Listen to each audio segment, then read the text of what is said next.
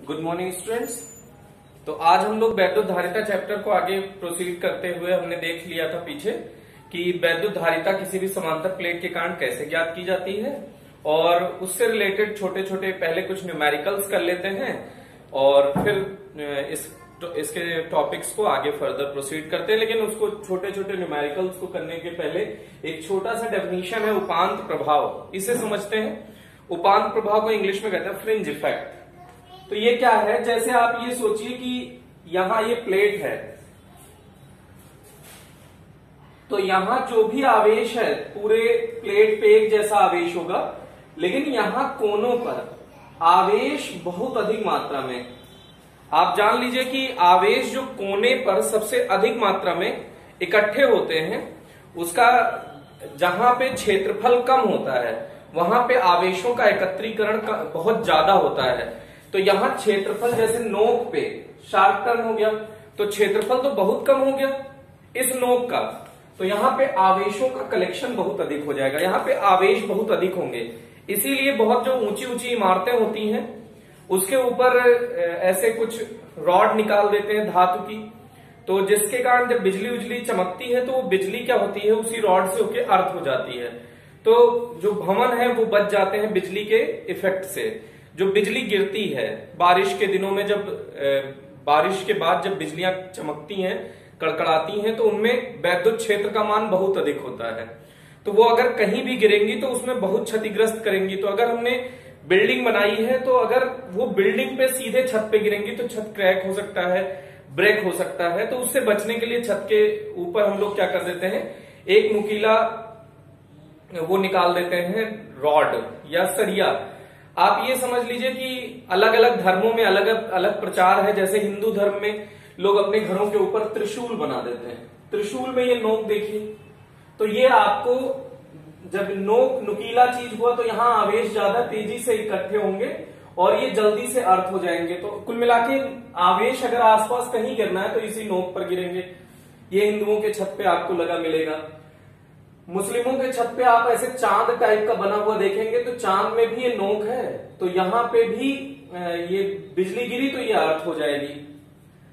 सिख में देख लीजिए, वो लोग ऐसे घड़ा टाइप का ऐसा कुछ बनाते हैं ऐसा करके,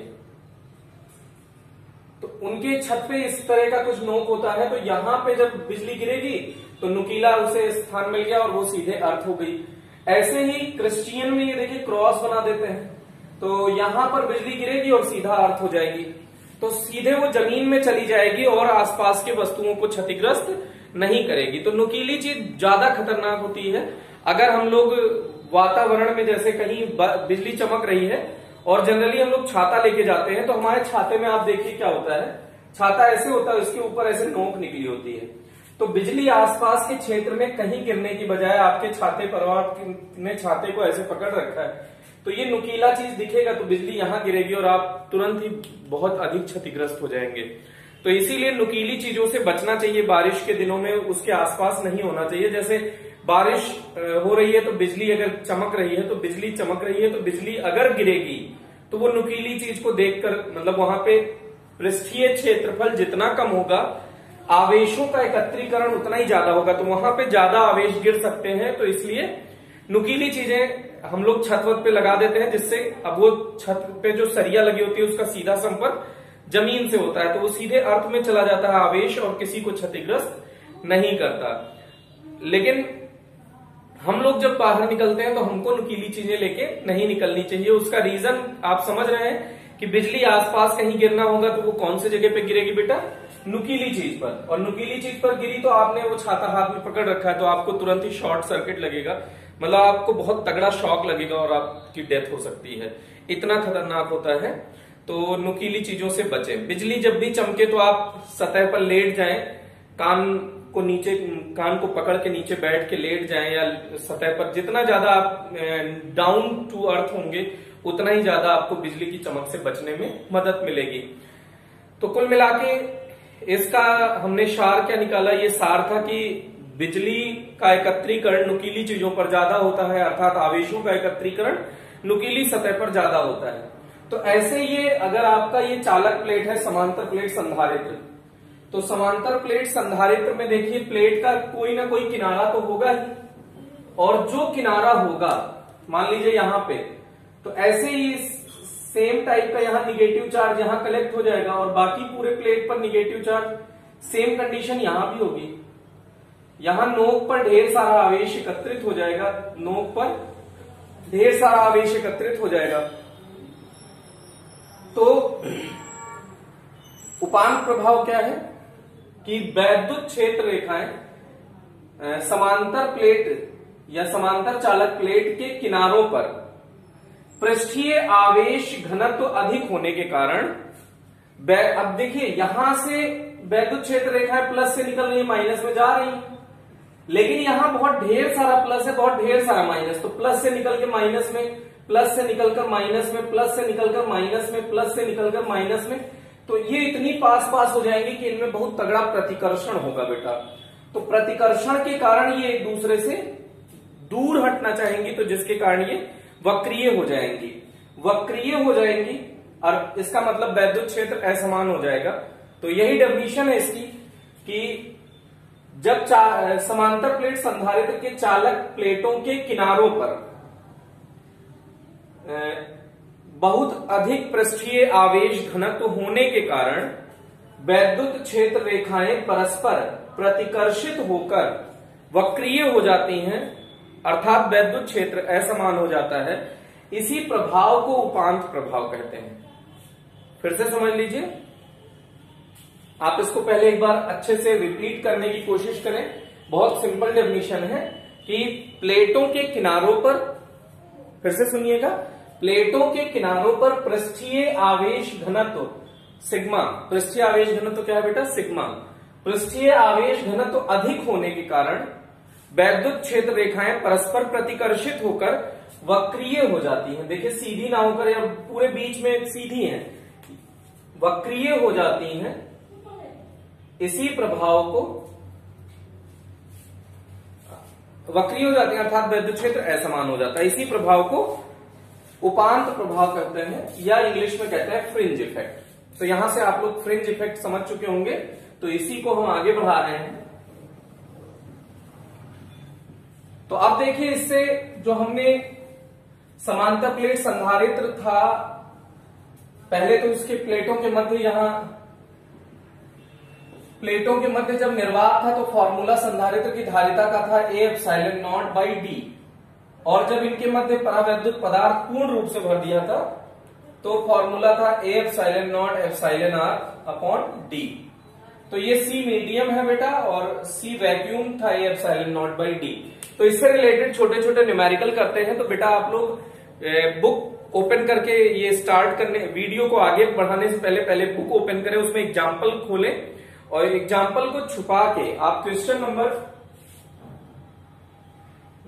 हमने 4 तक डिस्कस कर लिया था, क्वेश्चन 5 तक हम क्वेश्चन नंबर 6 आप ट्राई करें, खुद से ट्राई करें, और जो आंसर आया आप कमेंट सेक्शन में जरूर बताएं, जल्दी से बताएं, फास्ट करने की कोशिश करें। आप 20 सेकंड 30 सेकंड ऐसे टाइम लिया करें और जल्दी से आंसर बताएं।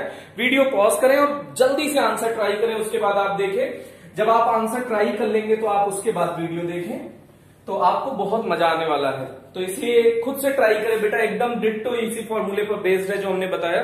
तो वीडियो पॉज करें, न्यूमेरिकल ट्राई करें। तो होप कि आप लोगों ने कर लिया होगा, और जरूर आंसर कमेंट सेक्शन में लिखा करें। तो उसके बाद आप अगर कर चुके होंगे तो क्वेश्चन नंबर 6 देखिए क्या कह रहा है। एक समांतर प्लेट संधारित्र की प्लेटों का क्षेत्रफल, ये प्लेट का क्षेत्रफल A है और इनके मध्य की दूरी स्मॉल d है। अब प्लेटों का क्षेत्रफल 2 गुना कर दिया जाए, जो ये क्षेत्रफल A था इसे 2a कर दिया जाए, A को क्या कर दिया जाए 2a, और प्लेटों के मध्य की दूरी आधी कर दी जाए, प्लेटों के मध्य की दूरी आधी कर दी जाए, तो प्रारंभिक मान की धारिता कितने गुना हो जाएगी? प्रारंभिक स्थिति में, इस स्थिति में धारिता C प्रारंभिक A epsilon naught by D है बेटा, C अंतिम, धारिता अंतिम में कैसे है A dash epsilon naught by D dash. A dash की वैल्यू कितनी है बेटा 2a epsilon not, D dash की वैल्यू कितनी है d बाई 2, तो ये 2 पलट के ऊपर जाएगा 4a epsilon naught by d।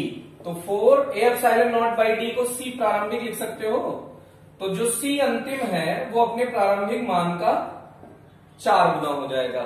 जो धारिता है उसके मतलब उस धारिता में 4 गुने की वृद्धि हो गई। तो इसको आपने ट्राई किया होगा, आंसर आप अपना जो कमेंट सेक्शन है उसमें देखिए सही था या गलत था। अगर आंसर सही था तो आप उस पर दोबारा कमेंट कर सकते हैं कि करेक्ट, और अगर गलत था तो इनकरेक्ट। और रीजन आप खुद से सोचे कि क्यों करेक्ट हुआ या क्यों इनकरेक्ट हुआ। करेक्ट हुआ तो बहुत बढ़िया है, इनकरेक्ट हुआ तो क्यों हुआ। अगर आप इसको ट्राई कर चुके हो तो उसके बाद just next numerical 7th numerical आप ट्राई करें और उसको भी जल्दी से आंसर कमेंट सेक्शन में बताने की कोशिश करें और तुरंत आंसर बताएं फास्ट। जितना ही तेजी से आप इसे करेंगे उतना ही आपको मजा आने वाला है। ये थोड़ा सा डिफरेंट टाइप का अच्छा क्वेश्चन है, इसको आप करेंगे तो आपको बहुत अच्छा लगेगा। एक बार इसे ट्राई करें और जल्दी जल्दी इसके 3 पार्ट है ABC, तीनों पार्ट का आंसर आप जल्दी जल्दी कमेंट सेक्शन में टाइप करें, फिर उसके बाद आप वीडियो देखें। आगे कंटिन्यू करते हैं हम लोग। तो अगर आपने ट्राई कर लिया होगा तो इसके बाद देखिए एकदम सिंपल सी बात जो वो कह रहा है उसी को आपको फर्दर प्रोसीड करना है। तो ये कह रहा है क्वेश्चन नंबर 7 में देखिए कि एक सी धारिता को V विभवांतर की बैटरी से संयोजित करने पर, ये सी धारिता है इसकी और इसको V वोल्ट की बैटरी से संयोजित किया गया है। इसकी वोल्टेज कितना है V वोल्ट की बैटरी से संयोजित किया गया है और संयोजित करने पर आवेश Q दिया है प्लस माइनस 360 माइक्रो कूलाम। आप 360 प्लस या माइनस कुछ भी लेके कर सकते हैं। वो आवेश एक धनात्मक होगा एक प्लेट पर और एक प्लेट पर ऋणात्मक होगा, तो इसलिए उसने प्लस माइनस दोनों दिया हुआ है। तो आप जो कैलकुलेशन करें वो किसी एक चिन्ह को लेके कर सकते हैं, उसके बाद आंसर आप दोनों प्लेट पर बता दीजिए कि कितना कितना होगा। तो ये हो गया प्लस माइनस, और विभवांतर का मान 120 वोल्ट, सॉरी विभवांतर के मान में 120 वोल्ट की कमी करने पर आवेश 120 माइक्रो कूलाम हो जाता है। तो पहले प्रारंभिक स्थिति में हम जानते हैं C equals Q by V, तो Q दिया है बेटा, तो CV इक्वल्स Q, तो CV रहने दीजिए। ये प्रारंभिक स्थिति में, प्रारंभ में, तो CV 360, ये समीकरण नंबर 1 मान लीजिए। अंतिम स्थिति में जब विभवांतर में इन्होंने कुछ किया है, विभवांतर में 120 वोल्ट की कमी करने पर, विभवांतर में जो विभवांतर था उसमें 120 वोल्ट की कमी करने पर आवेश 120 माइक्रो कूलाम हो जाता है, प्लस माइनस बेटा। बिल्कुल इसकी टेंशन ना लीजिएगा कि प्लस माइनस हुआ है। अब यहां से 2 समीकरण है, 2 अज्ञात राशियां हैं। एक तो तरीका आप दोनों को डिवाइड कर दीजिए सॉल्व करने का। दूसरा तरीका है, देखिए इसको थोड़ा सा सॉल्व करिए, तो CV माइनस 120C बराबर 120, तो CV की वैल्यू 360 रख दीजिए यहाँ पे, 360 यहां लिख दीजिएगा समीकरण 1 से। डिवाइड कर सकते हैं वो भी आंसर आएगा। इन दोनों इक्वेशन को, समीकरण 1 और 2 को डिवाइड कर दीजिए, 2 भाग 1 कर दीजिए, आपको आंसर और थोड़ा क्विक मिलेगा। इसमें भी कोई प्रॉब्लम नहीं है। तो CV के प्लेस पे 360 रखा, माइनस 120C बराबर 120, 120C को उधर ले जाइए, 120C हो गया बराबर 240। तो C का मान आ गया आपका, C आया 2 माइक्रो कूलाम, क्योंकि ये माइक्रो कूलाम में आवेश, वो माइक्रो फेरेड, सॉरी, जो आवेश आया है, वो धारिता आई है, वो कितनी आई है माइक्रो फेरेड में। अब इसके बाद C का मान किसी भी समीकरण में रख दीजिए, तो इसमें रख दीजिए, तो C का मान 2 माइक्रो फेरेड, V 360, तो V का मान हो गया 180, लेकिन ये वोल्ट में आएगा क्योंकि माइक्रो माइक्रो दोनों साइड से कैंसिल आउट हो जाएगा। तो V का मान आया 120 वोल्ट। आप इसमें टेंशन ना लीजिएगा, माइक्रो माइक्रो में भी वैल्यू रख सकते हैं, लेकिन एक्चुअल में ये सेम यूनिट में सारा कुछ रिजल्ट दे रहे हैं, तो उससे कोई फर्क नहीं पड़ेगा। तो ये आ गया C और V का मान, इसने पूछा भी था शायद। तो इसमें संधारित्र की प्लेटों के मध्य आरोपित विभवांतर पूछा था, संधारित्र की धारिता पूछी थी। अब इसमें एक नेक्स्ट पार्ट और पूछ रहा है, आवेश का मान जब विभवांतर 120 वोल्ट बढ़ा दिया जाए। तो इसका एक पार्ट और पूछ रहा है बेटा, ये सी पार्ट देखिए, आवेश का मान कुछ Q डैश मान लीजिए, जब विभवांतर में 120 वोल्ट बढ़ा दिया जाए। तो सी का मान आपने कितना कैलकुलेट किया बेटा, 2, विभवांतर कितना है 180, 120, तो ये हो गया 300 दूनी 600 माइक्रो कूलाम आवेश होगा। आवेश का मान पूछ रहा है जब कितना बढ़ा दिया जाए, 120 वोल्ट विभवांतर बढ़ा दिया जाए। तो ये इसका न्यूमेरिकल का पार्ट था। अगर आपका आंसर तीनों आ गया हो तो आप करेक्ट लिखें कमेंट सेक्शन में, अगर आपका आंसर गलत हो तो आप इनकरेक्ट लिखें। और रीजन जरूर एक बार कोशिश करें कि रीजन लिखें कि क्यों इनकरेक्ट हुआ, due to formula, due to calculation, ये जरूर लिखें रीजन में। तो आपको इससे ये सुधार होगा नेक्स्ट टाइम में कि आपने क्या मिस्टेक करी थी, नेक्स्ट क्वेश्चन में उसको हम मिस्टेक नहीं करेंगे। तो इस टाइप का। फिर एकदम डिट्टो टाइप के 2 न्यूमेरिकल और हैं, तो आप 8th न्यूमेरिकल फिर से जल्दी से ट्राई करो बेटा, वीडियो पॉज करके, और उसका कमेंट सेक्शन में आंसर लिखो जल्दी से, फास्ट। आप क्वेश्चन 8 डाल के उसमें आंसर में लिख सकते हैं 8 करेक्ट या इनकरेक्ट। करेक्ट हुआ तो उसका कोई रीजन नहीं, इनकरेक्ट हुआ तो आप रीजन लिखो कि due to calculation, due to mistake of formula, due to mistake of formula और due to mistake of calculation. अगर कैलकुलेशन मिस्टेक हो रही है तो इसका मतलब कॉन्सेप्ट ठीक है, कैलकुलेशन में इंप्रूवमेंट करना है। अगर फॉर्मूला मिस्टेक हो रहा है तो इसका मतलब है चैप्टर आप कमजोर कर रहे हैं, अभी चैप्टर आपका स्ट्रांग नहीं हो पाया, उसकी थ्योरी आपने अच्छे से ग्रिप नहीं की है। तो चलिए नेक्स्ट क्वेश्चन को ट्राई करते हैं। आपने होप की ट्राई कर लिया होगा। परस्पर 1 मिलीमीटर दूरी पर स्थित, ये डी का वैल्यू दिया है इन्होंने, 1 मिलीमीटर को मीटर में कन्वर्ट कर लिया। 5 सेंटीमीटर त्रिज्या की वृत्ताकार चक्तियां, ये एक्चुअल में ऐसे कुछ हैं एक दूसरे के समांतर, इस पर पॉजिटिव आवेश दे दीजिए, इस पर निगेटिव आवेश, समांतर प्लेट संधारित्र समांतर प्लेट संधारित्र बन जाएगा। तो आर दिया है, रेडियस इसका, रेडियस दिया है 5 सेंटीमीटर, तो 5 सेंटीमीटर, तो आपको धारिता ज्ञात करनी है। तो C equals A epsilon naught by D. A की वैल्यू कितनी है, एरिया निकालना पड़ेगा, तो एरिया आप इस फॉर्मूले से कैलकुलेट करें, A equals pi R square, pi का मान 3.14 गुणा आर का मान है 5 गुणा 10 की घात -2, स्क्वायर है तो 5 गुणा 10 की घात -2, तो 25 गुणा 3.14 गुणा 10 की घात -4। अभी आप बाद में इसको पहले वैल्यू सब्स्टिट्यूट करें, 25 गुणा 3.14 गुणा 10 की घात -4। एप्सिलॉन नॉट का मान है 8.85 इंटू 10 टू पावर -12। डी की वैल्यू बेटा 10 की घात -3, 1 से कोई फर्क नहीं पड़ेगा। तो आपको सिर्फ कैलकुलेशन करना है। ये लगभग 9 मान लीजिए, ये 3 मान लीजिए, तो 9 3 27 का 25 से गुणा कर दीजिए, 25 इंटू 27। ये आप कैलकुलेशन में ना शो किया करें बेटा, ये हम शॉर्टकट बता रहे हैं। तो इसका मतलब ये नहीं कि ये करेक्ट हो गया, 9 आप मान लोगे इसे और इसे 3 मान लोगे, ये कोई लॉजिक नहीं है, लेकिन करीब आंसर आएगा तो उससे कोई रिजल्ट पे फर्क नहीं पड़ेगा।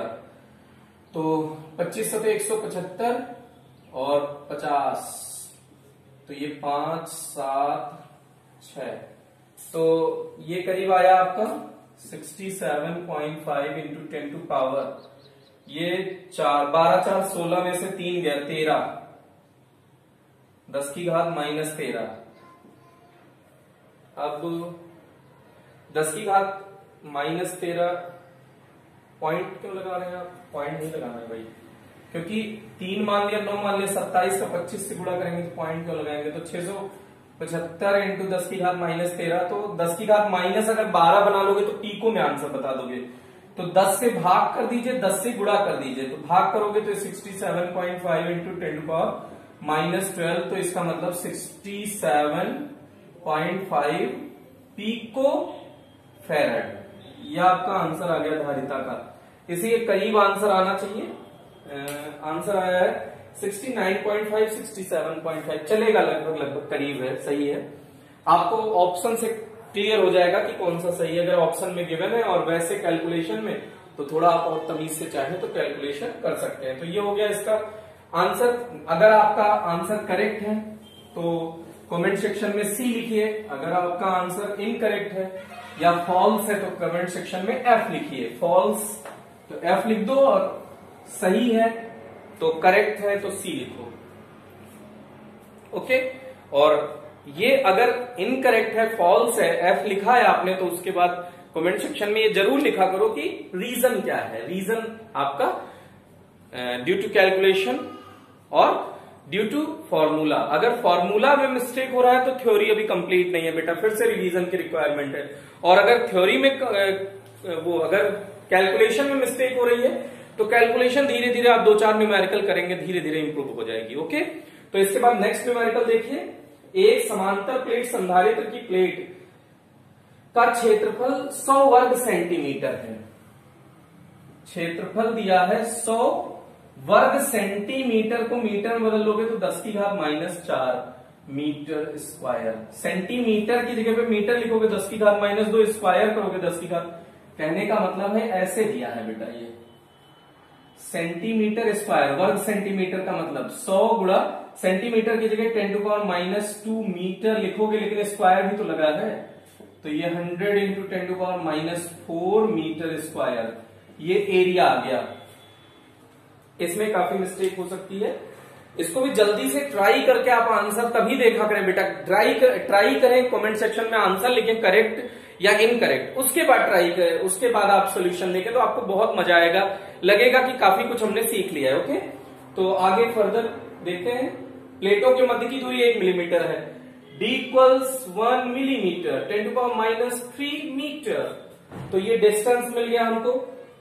अब उसके बाद देखिएगा, कह रहा है संधारित्र को 120 वोल्ट की बैटरी से संयोजित करने पर, विभव दिया है 120 वोल्ट की बैटरी से संयोजित करने पर 0.12 माइक्रोकूलम का आवेश संचित होता है। Q इक्वल्स 0.12 माइक्रोकूलम का आवेश संचित होता है। प्लेटों के मध्य भरे पदार्थ का परावैद्युतांक ज्ञात करो। तो परावैद्युतांक के इसका मतलब एप्सिलॉन आर आपको फाइंड करना है। तो पहले धारिता निकाल लो इससे, C equals Q upon V, Q by V equals C। Q दिया है बेटा, कितना दिया है 0.12 माइक्रो का मतलब 10⁻⁻6। V कितना दिया आपको 120। अब यहां से पॉइंट हटाएंगे तो 2 जीरो और बढ़ेगा, तो ये 12 एक बार जाएगा, यहाँ 1000 बचा, 10⁻3, तो 10⁻3 ऊपर जाएगा, 10⁻−3 हो जाएगा, 10⁻9 फैरड। आपका ये धारिता आ गया। अब C इक्वल जब परावैद्युत पदार्थ भरा हो, इन प्लेटों के मध्य क्या भर दिया हो बेटा, परावैद्युत पदार्थ भर दिया हो, कितने का, वही आपको एप्सिलॉन आर का मान ज्ञात करना है। तो C equals C medium equals A, या आपने जो कैलकुलेट किया है वो C मीडियम ही है, A epsilon naught epsilon r upon D। तो आपको एप्सिलॉन आर चाहिए, तो CMD over A epsilon naught. तो C की वैल्यू कितनी है बेटा, C आपने कैलकुलेट करा है 10⁻⁹।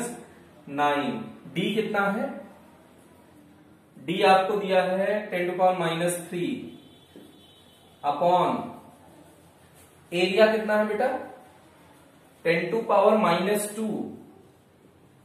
10⁻² और 10⁻⁴, तो 10⁻² एप्सिलॉन है 8.85 इंटू 10⁻12।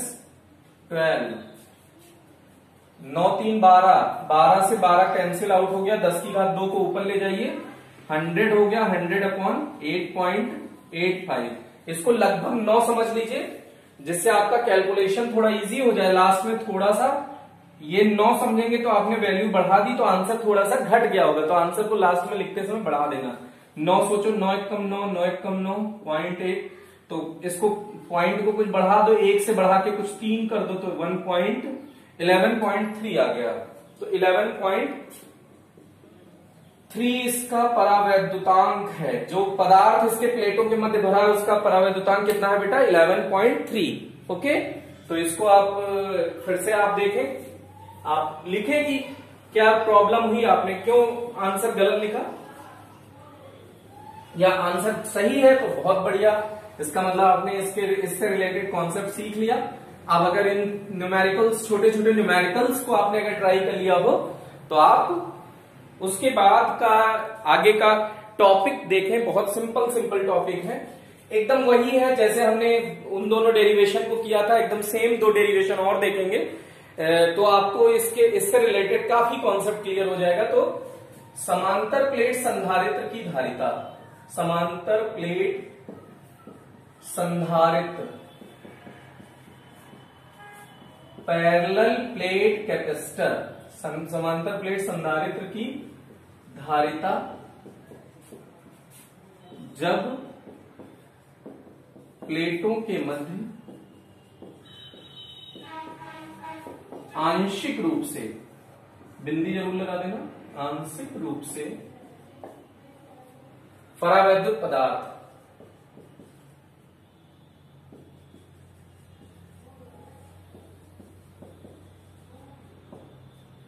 भरा हो।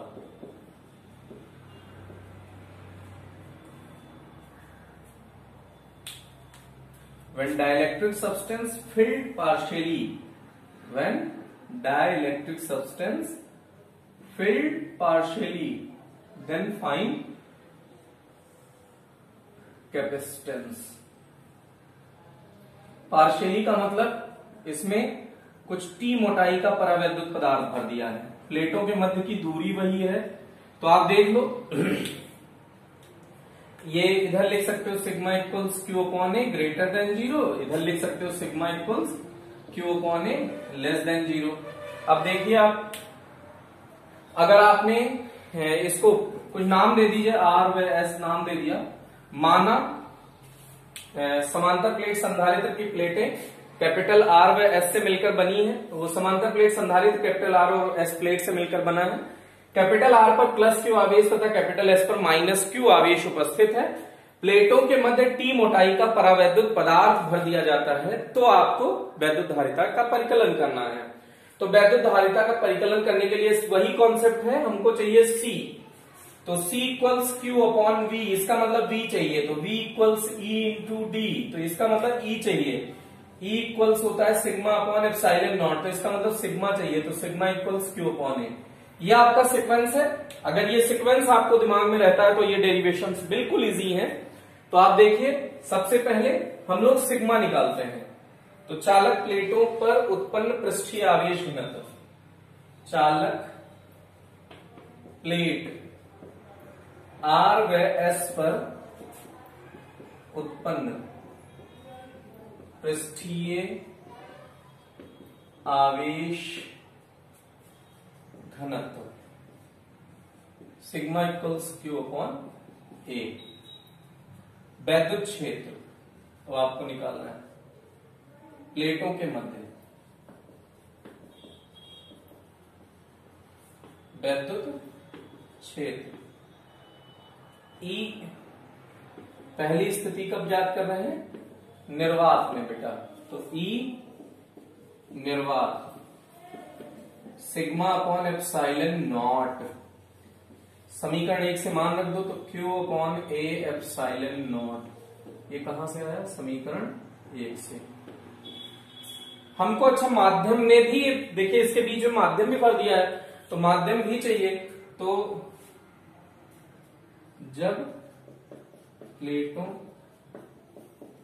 के मध्य माध्यम उपस्थित हो,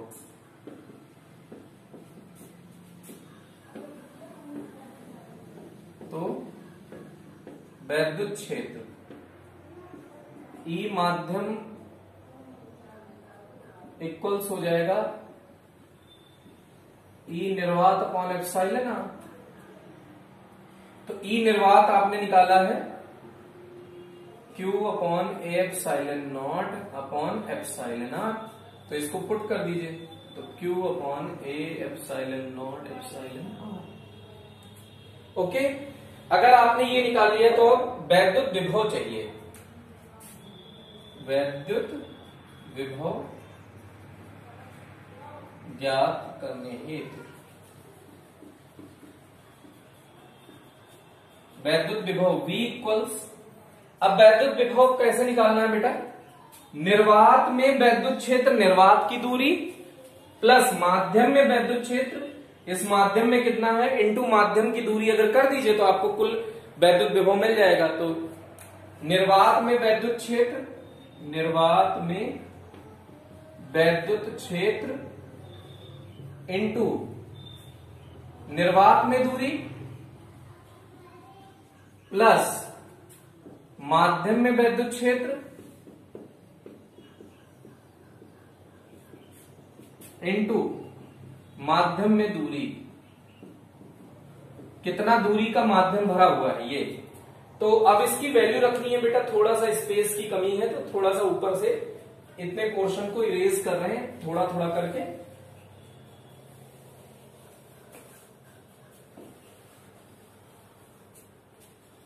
तो देखिएगा तो V इक्वल्स क्या हो जाएगा बेटा, निर्वात में वैद्युत क्षेत्र कितना है, रहने दीजिए चाहे E निर्वात लिख दीजिए, इनटू निर्वात में दूरी, निर्वात की दूरी का मतलब ये दूरी और ये दूरी चाहिए, तो ये दूरी अगर हटा दो पूरी दूरी में से तो आपको निर्वात वाली दूरी मिल जाएगी। तो पूरी दूरी कितना है बेटा D, अगर उसमें से T हटा दो तो ये बची हुई दूरी मिल जाएगी ना।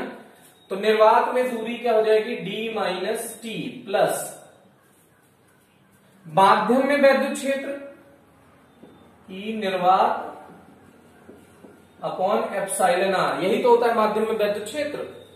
ये देखिए E निर्वात अपॉन एप्सिलॉन r इनटू माध्यम में दूरी कितनी है T। अब E निर्वात आप चाहो तो कॉमन ले सकते हो, E D minus T plus T upon epsilon r। E निर्वात की वैल्यू रख सकते हो बेटा Q upon A epsilon not, Q upon A epsilon not D minus T plus T upon epsilon r। ये हो गया V। अब हमको C चाहिए धारिता, तो धारिता C equals Q by V हम जानते हैं, वैद्युत धारिता C equals Q upon V, Q रहने दीजिए, V का मान यही है पूरा रख दीजिए, Q upon A epsilon naught upon into D minus T plus T upon epsilon r। Q से Q कैंसिल आउट हो गया, आपका आंसर आ चुका है बेटा, ये देख लीजिए। तो आंसर आ गया C equals a epsilon not, ऊपर चला जाएगा नीचे है तो ए epsilon naught upon D minus T plus T upon epsilon r। ये हो गया वैद्युत धारिता का सूत्र। ओके, तो इसको आप खुद से एक बार ट्राई करने की कोशिश करें, आप अपने मन से खुद से इसे सॉल्व करें। अगर आपको कोई प्रॉब्लम आती है तो आप कमेंट सेक्शन में बताएं। अच्छा देखिए, ये फॉर्मूला चेक करने का भी तरीका हमारे पास है कि अगर हम इसी T का मोटाई D के बराबर कर दें, T को बढ़ाकर कितना कर दें D के बराबर, तो T जब D के बराबर हो जाएगा तो D माइनस D जीरो हो जाएगा, ये जीरो हो जाएगा, D अपॉन एप्सिलॉन r, तो एप्सिलॉन r ऊपर चला जाएगा, बटे में D बचेगा, तो A epsilon naught epsilon r upon D। इसका मतलब यही तो हमने पीछे कैलकुलेशन किया था, तो इसका मतलब ये फॉर्मूला सही है, ये क्रॉस चेक करने का तरीका है बेटा। अब इसके बाद अगर आपने इसको सॉल्व कर लिया हो तो आपको इस टाइप से ही एकदम छोटे छोटे इससे रिलेटेड एक दो न्यूमेरिकल, चाहे इससे थोड़ा सा और अच्छा एक डेरिवेशन है एकदम सेम ही, तो उसको कर लेते हैं, उसके बाद न्यूमेरिकल देखते हैं। तो फॉर्मूला धारिता का क्या आ गया बेटा, C equals a epsilon naught upon D minus T plus T upon epsilon r। फिर से रिपीट करने की कोशिश करिए, C equals a epsilon not ऊपर चला गया था, तो ए epsilon naught upon D minus T plus T upon epsilon r। समांतर प्लेट संधारित्र की धारिता जब प्लेटों के मध्य है अलग अलग मोटाई के परावैद्युत पदार्थ होते हो, मध्य अलग अलग मोटाई।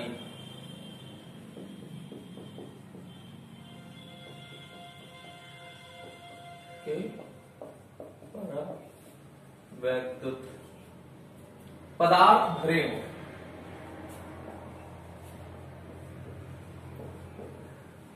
एकदम सेम डेरिवेशन है बेटा, तो इसको देखिएगा, अलग अलग मोटाई का परावैद्युत पदार्थ भर दीजिए।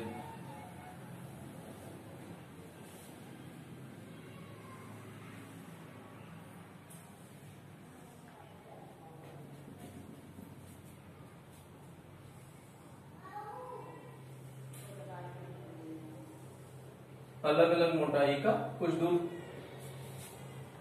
अलग अलग मोटाई के ढेर सारे परावैद्युत पदार्थ भर दिए हमने। इस पर आप आवेश दे दीजिए पॉजिटिव, और इस पर आवेश दे दिया आपने निगेटिव। इन टोटल इनके बीच की दूरी d है। अब इसकी मोटाई कुछ T1 मान लीजिए, इसकी मोटाई कुछ T2 मान लीजिए,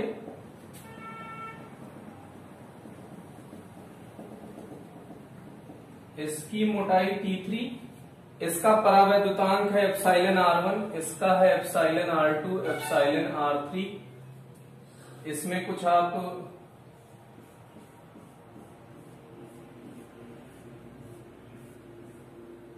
T4, परावैद्युतांक है epsilon R4, dot dot dot, इसकी मोटाई है Tn, इसकी मोटाई है Tn, और इसका परावैद्युतांक है epsilon Rn।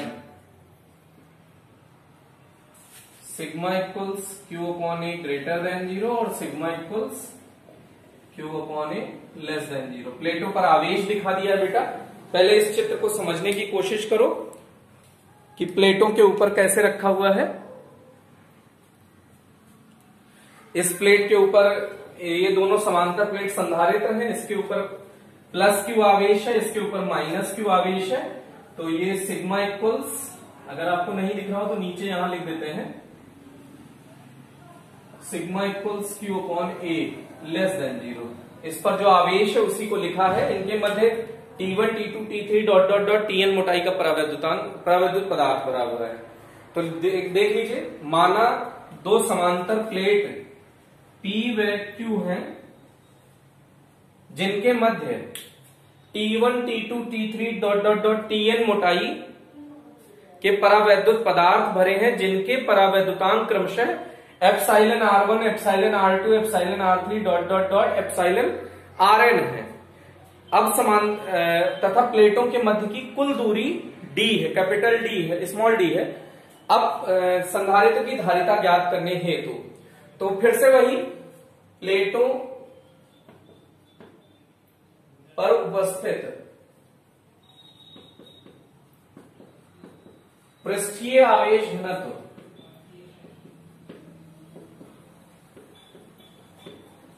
Sigma equals Q upon ए,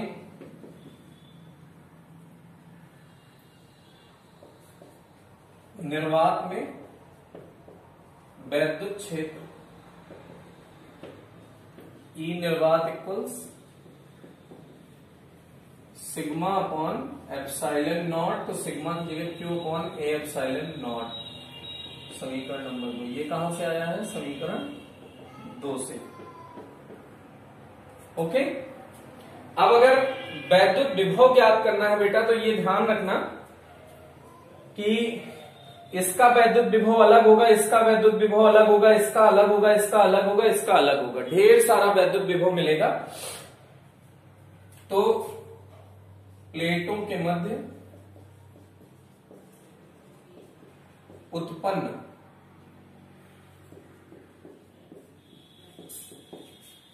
वैद्युत विभव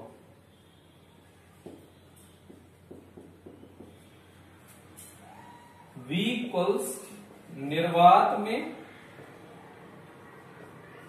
वैद्युत क्षेत्र इंटू निर्वात में दूरी प्लस प्रथम माध्यम में वैद्युत विभव, द्वितीय, तृतीय, चतुर्थ, पंचम डॉट डॉट डॉट nवें माध्यम में वैद्युत विभव। तो डायरेक्ट लिख देते हैं माध्यम में वैद्युत क्षेत्र इनटू माध्यम की दूरी। ये अलग अलग माध्यम का वैद्युत क्षेत्र होगा, अलग अलग माध्यम की दूरी होगी। तो देखिए ई निर्वात तो ये सीधा रहने दीजिए। निर्वात में दूरी कितनी है बेटा? टोटल दूरी डी है, में से अगर ये सारी मोटाई घटा दीजिए तो बची हुई दूरी आपको मिल जाएगी। अच्छा, ये इस बात पे निर्भर नहीं करती कि ये मोटाइयां इधर से उधर सरका दी जाए, वो होनी चाहिए प्लेटों के मध्य। इस बात पे निर्भर नहीं करती कि इस किनारे से चिपका के रखी गई है कि बीच में रखी गई है कि उस किनारे से चिपका के रखी गई है कि उनके मध्य में गैप है। इस बात से बिल्कुल फर्क नहीं पड़ता बेटा। तो निर्वात की दूरी का मतलब है डी में से अगर सारी मोटाई घटा दीजिए, ये मत सोचिएगा कि जोड़ रहे हैं, घटा रहे हैं, डी में से सब मोटाई का योग करके घटा दिया, तो ये निर्वात में वैद्युत क्षेत्र, निर्वात में दूरी हो गया, प्लस माध्यम में, प्रथम माध्यम में वैद्युत क्षेत्र कितना है बेटा? ई निर्वात अपॉन एप्सिलॉन R1। प्रथम माध्यम में निर्वात में वैद्युत क्षेत्र अपॉन परावैद्युतांक से डिवाइड कर दीजिए, इनटू प्रथम माध्यम की दूरी प्लस ई निर्वात upon epsilon R2 into T2 plus dot dot dot E निर्वात upon epsilon Rn into Tn। ऐसे कर सकते हैं। तो ई निर्वात अगर कॉमन ले लीजिए आप तो बचा क्या? d minus T1 plus T2 plus dot dot dot Tn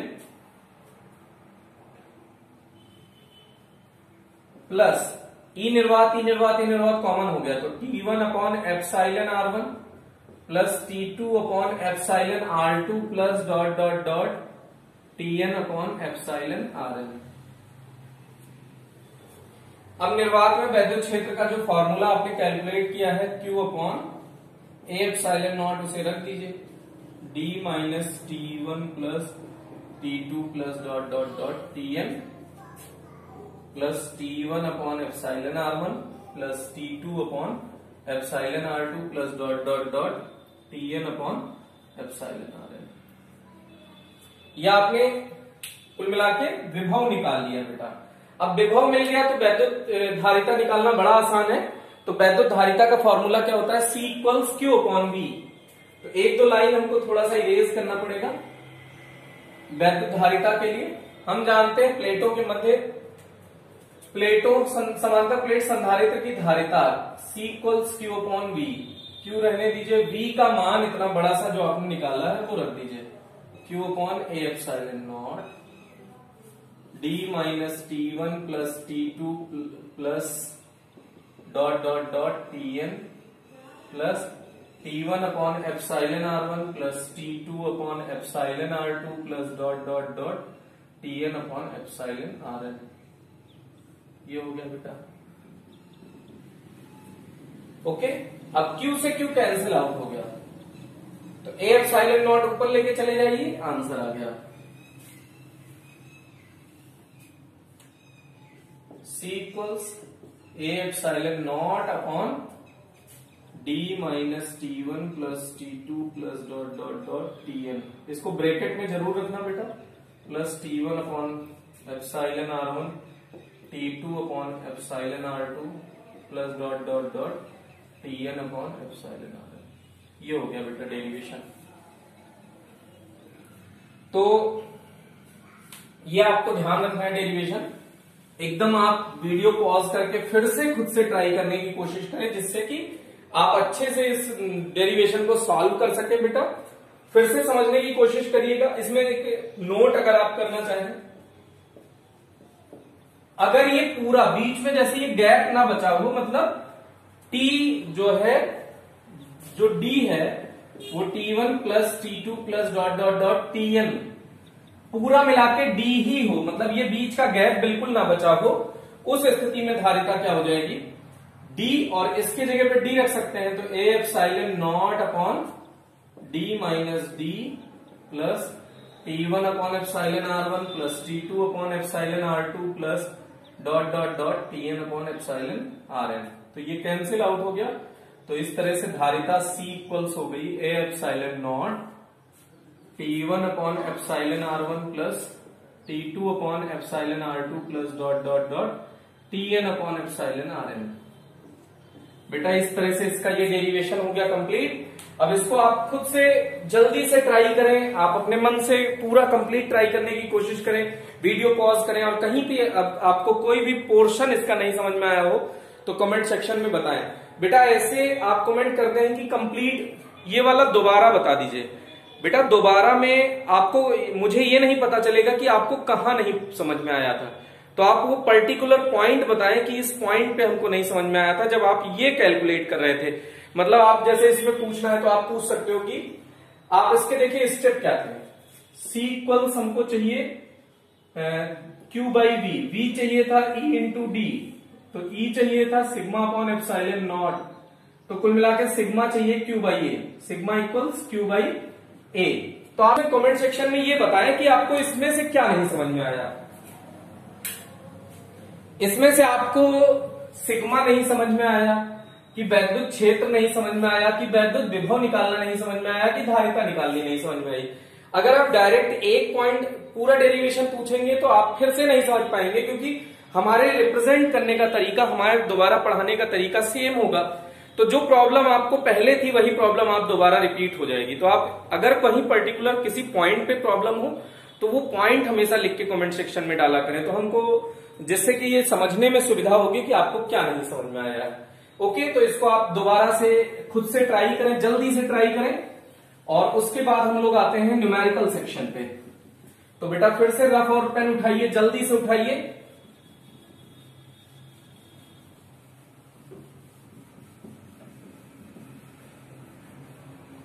derivation पहले करें आप अच्छे से आराम से। डेरिवेशन में टाइम जो भी लगे वो खर्च करें आप, पहले डेरिवेशन कंप्लीट करें, उसके बाद हम लोग न्यूमेरिकल करेंगे आगे।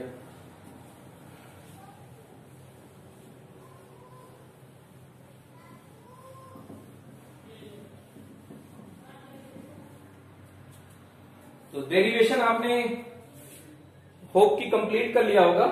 अब इससे रिलेटेड न्यूमेरिकल देखिए जो अभी अभी आपने फॉर्मूला डिराइव किया है। तो एक समांतर प्लेट है जिसकी प्लेट का क्षेत्रफल एरिया दिया है 2 गुणा 10 की घात -2 मीटर स्क्वायर। ये इसका एरिया है बेटा। प्लेटों के मध्य की दूरी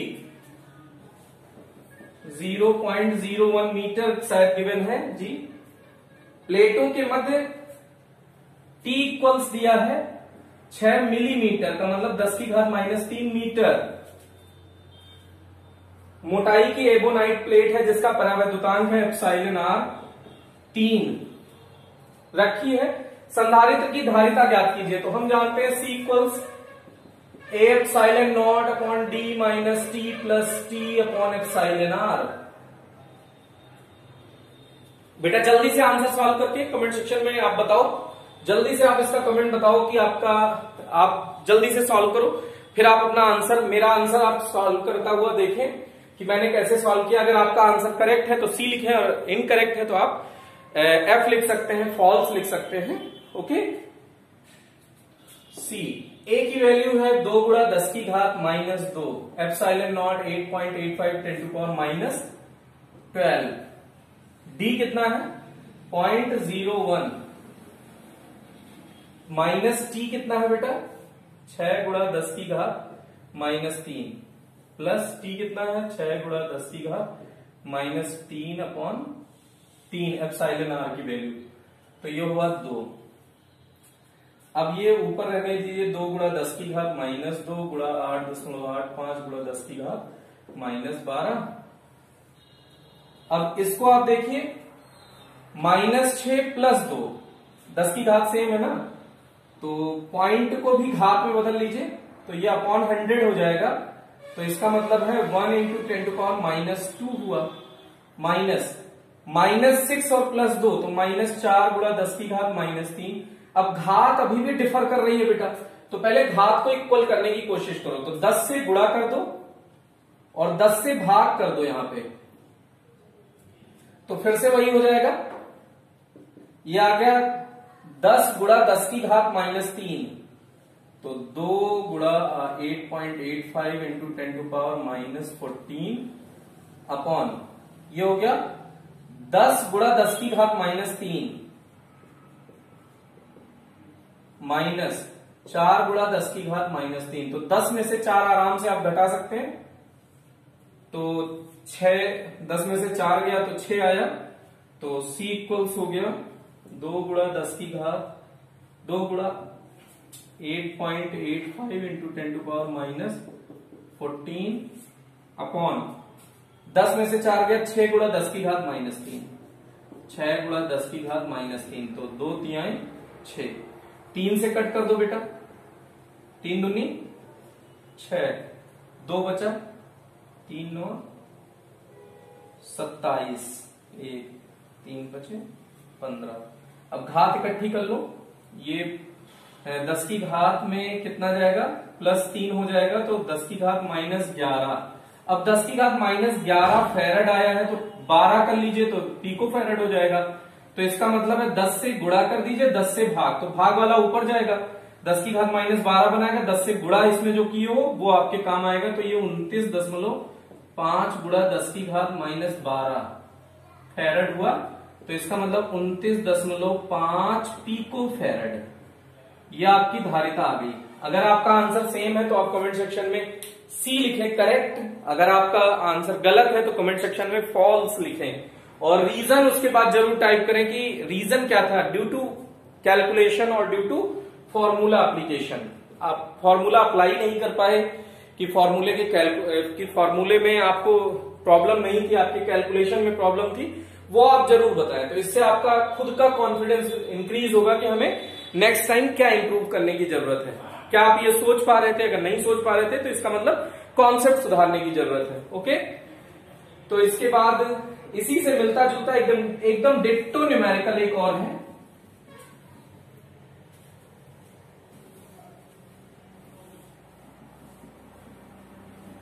इंफॉर्मेशन में गिवन है बेटा, एक समांतर प्लेट संधारित्र की धारिता C है, प्लेटों के मध्य की दूरी D है, तो इसका मतलब है धारिता C है, प्लेटों के मध्य की दूरी D है, यदि प्लेटों के तो इसका मतलब C equals A epsilon naught by D, ये प्रारंभिक स्थिति है। अब उसके बाद कहा है यदि प्लेटों के मध्य की दूरी 3D/4 में एक एप्सिलॉन r का परावैद्युत पदार्थ भर दिया जाए। अब इन्होंने कहा है कि t का मान कर दीजिए आप 3D/4, 3D/4 मोटाई का अगर परावैद्युत पदार्थ और इसका परावैद्युतांक कितना है एप्सिलॉन r भर दिया जाए तो संधारित्र की धारिता क्या होगी। फिर से यही फॉर्मूला आप अप्लाई करना है बेटा, तो अगर मोटाई वाला भरा है फॉर्मूला तो ये लगाइए, ए एप्सिलॉन नॉट रहने दीजिए, डी की जगह डी रहने दीजिए, माइनस डी की जगह 3D/4 लिख दीजिए, प्लस 3D/4 एप्सिलॉन r, तो उसका परावैद्युतांक उन्होंने दे ही रखा है, तो ए एप्सिलॉन नॉट रहने दीजिए, इसमें एलसीएम लेके सॉल्व कर लीजिए, तो 4 - 3 या D/4 plus 3D/4 epsilon r। अब यहां पे D/4 कॉमन ले सकते हैं, ए एप्सिलॉन नॉट D/4 अगर कॉमन लिया है आपने तो यहां बचा 1 प्लस